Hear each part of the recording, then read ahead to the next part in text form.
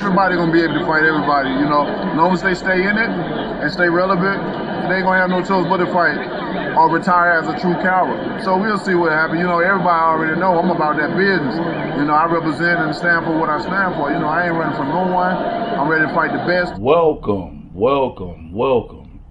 Here we have a career review or a short appraisal or a mini statistic report of Deontay Wilder's career.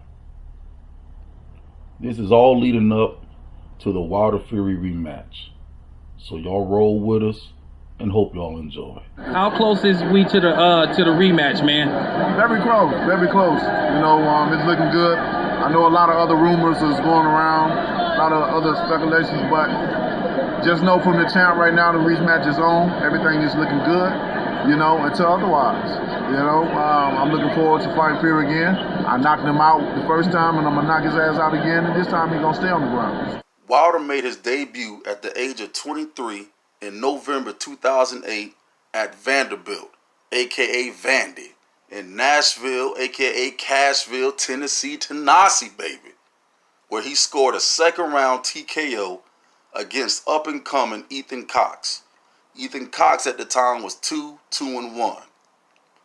Cox, the 6'3" southpaw, weighed in at 202 pounds, while Wilder, the 6'7" bronze bomber, weighed in at 207 pounds. I take over, all I see when you say take over is like leaving no space for nobody. One champion, one face, one name. December of 2012, Wilder defeats unbeaten Kelvin Price for the WBC Continental Americas heavyweight title. A second-tier belt, but a strap nonetheless.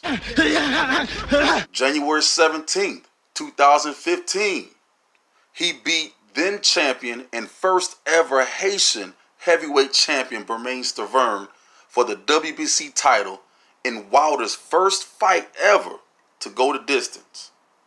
On that night of Wilder winning the title, he dedicated his win to his special needs daughter and to the great Muhammad Ali. I'd like to fight whoever you think's the best, the number one man. January 17, 2015, Muhammad Ali turned 73 years old, which is also the day that Wilder won the WBC title. And I can fight because I got a God ability to do that. You know, not everybody can do that. You know, I can do that, and I don't know why he blessed me with the ability to do that. You know, I can do it because I've done it many times before. After winning the title, Wilder cut his ties with Golden Boy Promotions and went on to go with Al Heyman as his new manager, aka new promoter. Thank you, Al Heyman, man. Wilder goes on to KO heavyweights such as Eric Molina, Artur Spilka, Chris Arreola, Johann Duhaupas.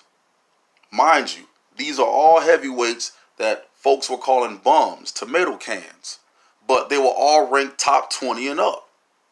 Some of them were top 10 contenders. Now, in between these fights, a Povetkin fight was canceled, along with the Luis Ortiz fight, which was also canceled due to both contenders testing positive for banned substances, i.e. PEDs. Hey, you out, sucker. Wilder's first rematch was against Bermane Stiverne on February 27, 2017, which ended in a brutal first-round knockout. This also was Wilder's fifth title defense. No, I'm ready. You ready? I'm ready for you. All right, stay by the phone, baby. Stay by the phone. I've been wanting to. You messed this opportunity up. I blessed you with the opportunity the first time. Hey, you know that. I blessed you with the opportunity the first time. Hey, what did you do? What did you do? So you know what? I'm going to bless you again. March 3rd, 2018, Deontay Wilder finally faces Luis King Kong Ortiz. Now, mind you, Luis Ortiz was a widely avoided and dangerous heavyweight who many heavyweights wanted no parts of. Deontay Wilder was reaching that far for greatness to want to fight the best and be the best, even after a failed drug test and a debacle with the sanctioning bodies. Wilder pushes on to still want to fight Luis Ortiz. So March 3rd, 2018, Deontay Wilder came in weighing 214 pounds to Luis Ortiz's weight of 241 pounds. The fight ended in a 10th round KO, which was Wilder's 8th title defense. Because I was ready for the first time. I understand the blood pressure pills and stuff like that, but hey, you know what? This is a new day for you. Thank God that he blessed you again. And you know what? Because he blessed you, I'm going to bless you too. Because I think you're one of the best, and I wanted to prove that I am the best. So for the best to prove that they are the best, best must fight each other. December 1st, 2018, Wilder set to face Tyson the Gypsy King Fury, mate. Tyson. Sucker, look at you. December 1st, 2018, Wilder set to face Tyson the Gypsy King Fury. Wilder weighed in at 212.5 pounds, while Fury came in at a whopping 256.5 pounds. Wilder fought Fury, who was recognized as the lineal heavyweight champion, to a controversial draw. Now mind you, after many breaks in the lineal heavyweight line, Fury, we can say, became the quote-unquote accepted lineal heavyweight champion after defeating Vladimir Klitschko 3 years prior. The fight ended in a draw, being Wilder's only second time going the distance in 41 professional fights. I don't want to mess with your trainer. I just want you to know that from now on, you are the rabbit. Unless asked, we still haven't heard a peep from Anthony Joshua, Alexander Povetkin, Dillian White, and other heavyweights alike. And if they did make any noise, they were obviously bluffing, taunting, or avoiding an immediate match in the ring with Deontay Wilder, or at least to my knowledge. Now, Wilder maintained that he wanted to fight the best, and still does, to this day. To this day. To this day. Like the late great Muhammad Ali, Joe Frazier, Joe Louis, Wilder wanted to take on all comers. Wilder's 9th defense came against big, heavy-hitting Dominic Breazeale, which was on May 18th of 2019, which ended in a raw dog first round KO. Knockout. 1-2, buckle my shoe. Sucker, look at you. November 23rd, 2019 was Wilder's second ever rematch, and it ended in similar fashion to his first rematch with Bermane Stiverne. Wilder disposed of Luis King Kong Ortiz 3 rounds earlier than their first bout, in the 7th round to be exact, and made history by being only the 6th heavyweight ever with 10 consecutive title defenses. Wilder has downed, i.e. knocked down every opponent he has faced, and has knocked out every man that he has faced except for Tyson the Gypsy King Fury. Many say he did KO Fury, and that it was a long count, or there was a long recovery controversy. That referee Jack Reese gave Fury a while to recover, but it was still ruled not a KO. It was ruled as Fury beating the count. Me personally, I believe Wilder KO'd Fury, especially with the allotted time that referee Jack Reese gave Fury to get up, walk around, recover, move, shake, and all that other good stuff. But it was ruled otherwise. Many a Wilder fan, including myself, think that a rematch with Fury, which will be Wilder's 3rd rematch, will end just like his other 2 rematches, an earlier knockout stoppage. But we will see.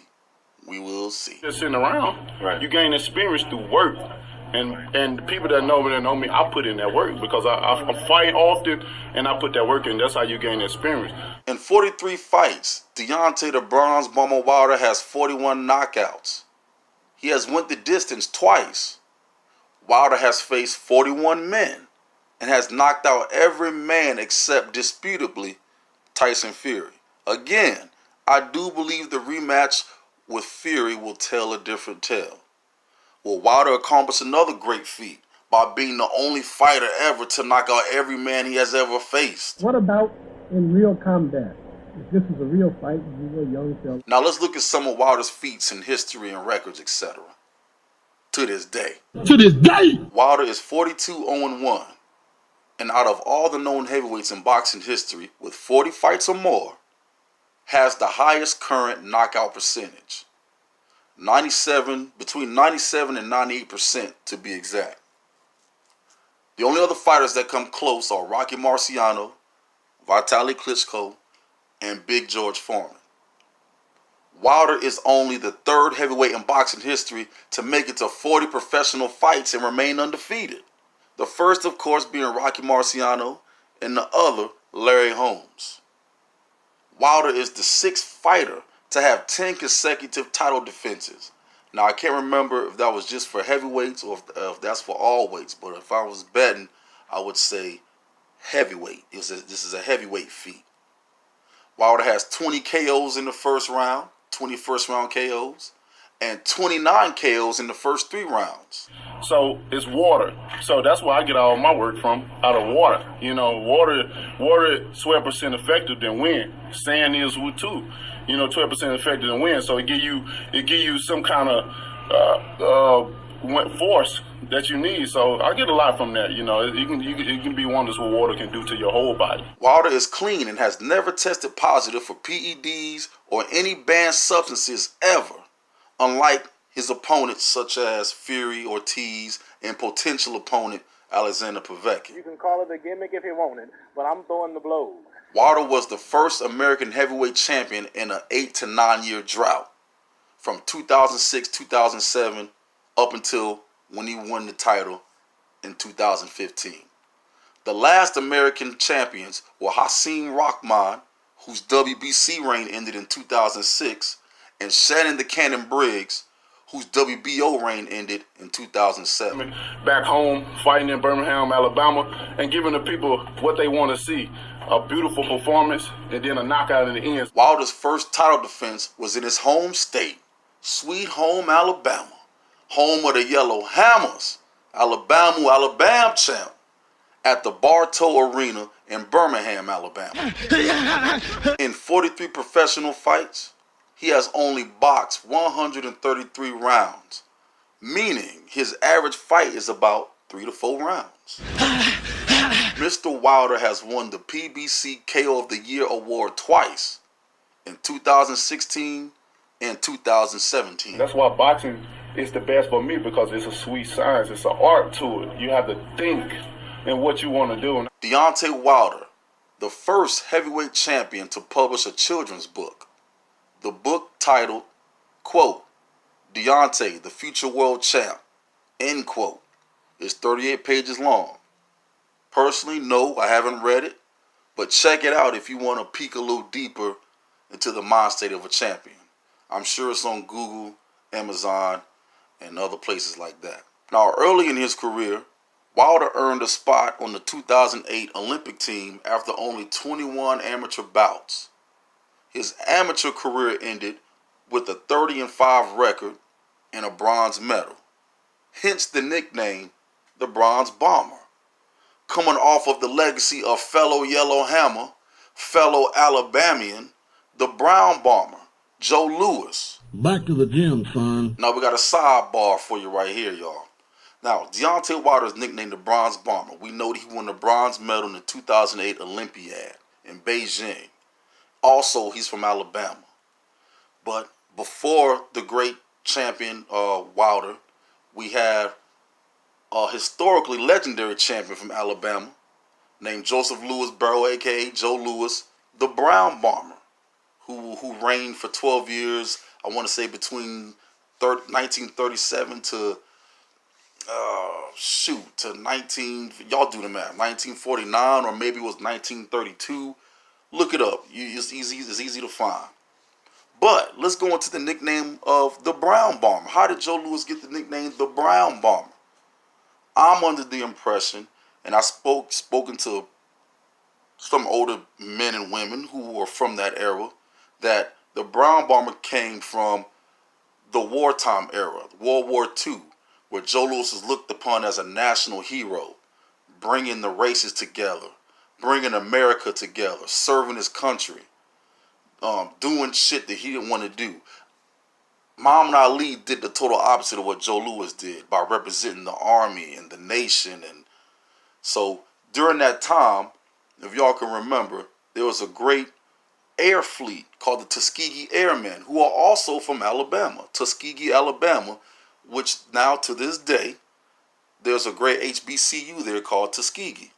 The Tuskegee Airmen are widely looked upon as, if not the greatest warriors or fighters for the U.S. military, the greatest air fleet, the greatest air fighters in the U.S. military ever.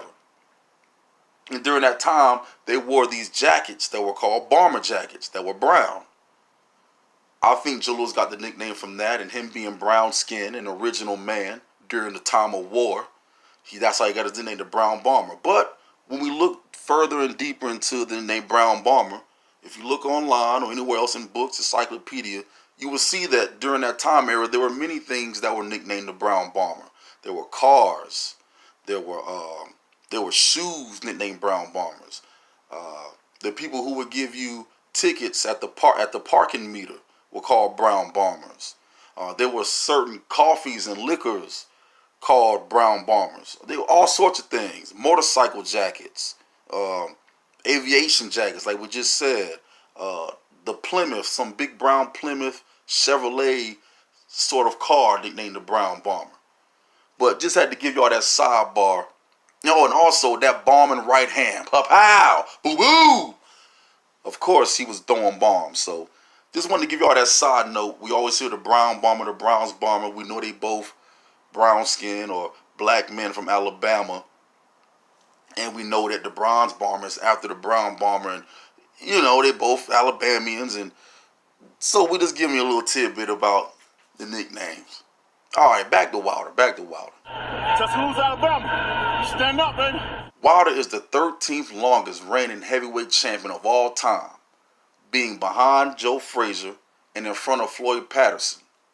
Side note, this is only based off of days as a major title holder, not as an undisputed champion, not as a lineal champion, not as a unified champion, etc., etc., etc. So this is where people such as myself get into dispute or discussion with other fans about the longest heavyweight title reign.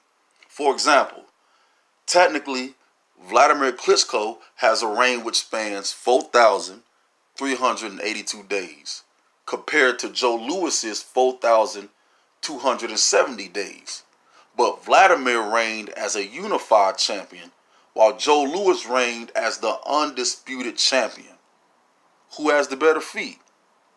Joe Louis, to my knowledge, because there were no other title holders, there were no other quote-unquote champions while he reigned. He was the only known and recognized true champion, hence the term champion. The only one, the number one, the creme de la creme, the primo, the numero uno, the sole baddest man on the planet. Also, Vladimir Klitschko's reign is called a cumulative heavyweight title reign. So I'm thinking that has something to do with the belts. Maybe he lost maybe one out of his few belts, but he still retained others. So there's an asterisk next to Klitschko. So y'all look into that. Check up on that if you will. Come on. Wilder has the 9th longest combined and individual title streak in heavyweight history. He is the 23rd WBC champion in its history, the first being Sonny Liston back in 1963. Wilder is the 4th longest reigning WBC title holder in heavyweight history. Larry Holmes held it for 2,011 days. Vitaly Klitschko held it for 1,891 days. Muhammad Ali held it for 1,841 days. Wilder, as of today, November 24, 2019, has held the WBC title for 1,772 days. And Lennox Lewis comes in 5th. The great Lennox Lewis with 1,535-day reign. Now, I'm sure there are other records that Wilder has or that he will attain shortly, such as KOs in championship fights, average rounds per fight, etc., etc., etc. No way you're going to win. Since Deontay Wilder's professional debut in 2008, the 6'7" Wilder has weighed in as light as 207 pounds and only as heavy as 229 pounds. Now, on the other hand, 6'1.5" or 6'2", Joe Louis has weighed in as light as 181 pounds and as heavy as 218 pounds. 218 pounds being the heaviest that Joe Louis has ever weighed in. Back to the gym, son. Now, of course, these aren't their actual fight night weights. But I would say Joe Louis's weights are a little bit more accurate because during his grand era of boxing, weigh-ins were the same day of the fight. So the weigh-in will be in the morning or afternoon, while the fight will be that following evening or night. Now, I brought up Joe Louis's and Deontay Wilder's weight to say that during both of their spectacular careers, Wilder's career is still ongoing, they came in weighing usually lighter than their opponents, and they faced opponents who were much heavier than them. And in Joe Louis's case, he faced many more opponents than Wilder that were taller than him as well. And they both knocked most of their opponents out. Also, there's a 70-year-plus gap between them. Wilder being 5 to 6 inches taller than Joe Louis. So I know you're probably wondering why I'm bringing this up. Well, this gives us something to talk about to contribute towards the argument that the older athletes, the athletes of yesteryear, are not as strong, as fast, as great as the newer age, as the 20th century, as the 21st century athletes. Now, not everyone agrees with this notion, myself being one of the people who do not agree with that. I don't agree with that. But, to put it bluntly, I honestly think it doesn't matter what era it's in. Great feats are accomplished all throughout history. That's why we see in boxing a lot of the great feats have not been duplicated today, and I don't think will ever be duplicated ever again. So whenever something great happens in that time, it's just something great. Rather it's now, 20 years from now, 30 years ago, 100 years ago, great feats are great feats.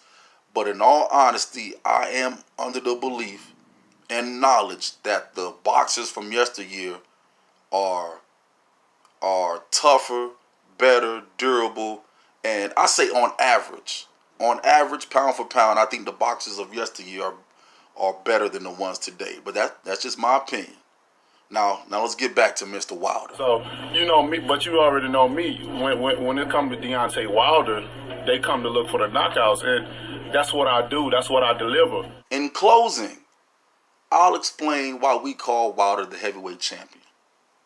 Many have scoffed at Wilder's abilities in the ring, saying he can only throw a knockout punch, saying he's windmill, saying he has chicken legs. I've been the culprit of saying he has string bean legs, which he does. But his legs are obviously powerful or balanced enough to where he's never hit the canvas, at least not in a professional bout.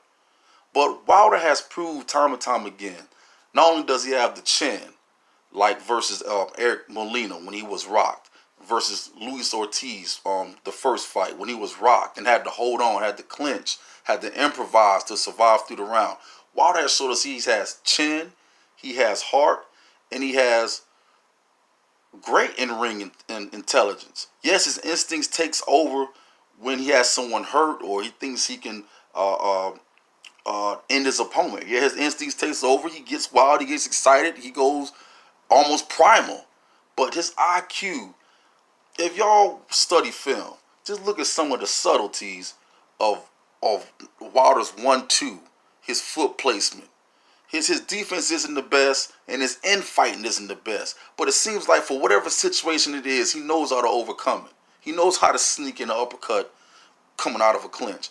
He knows how to just out of the blue throw a hook to the body, throw a jab to the gut, sidestep, parry. He knows how to hand fight. There used to be a drill we call hand fighting when he reaches or pause with his jab to smother or block the opponent's hand from blocking his right. Wilder is very intelligent in the ring, but he doesn't get credit for it. A lot of these people are booing me and making remarks at me on the street, and that's just going to make it hard. I have 1 minute. I do think versus Tyson Fury that Wilder was outboxed.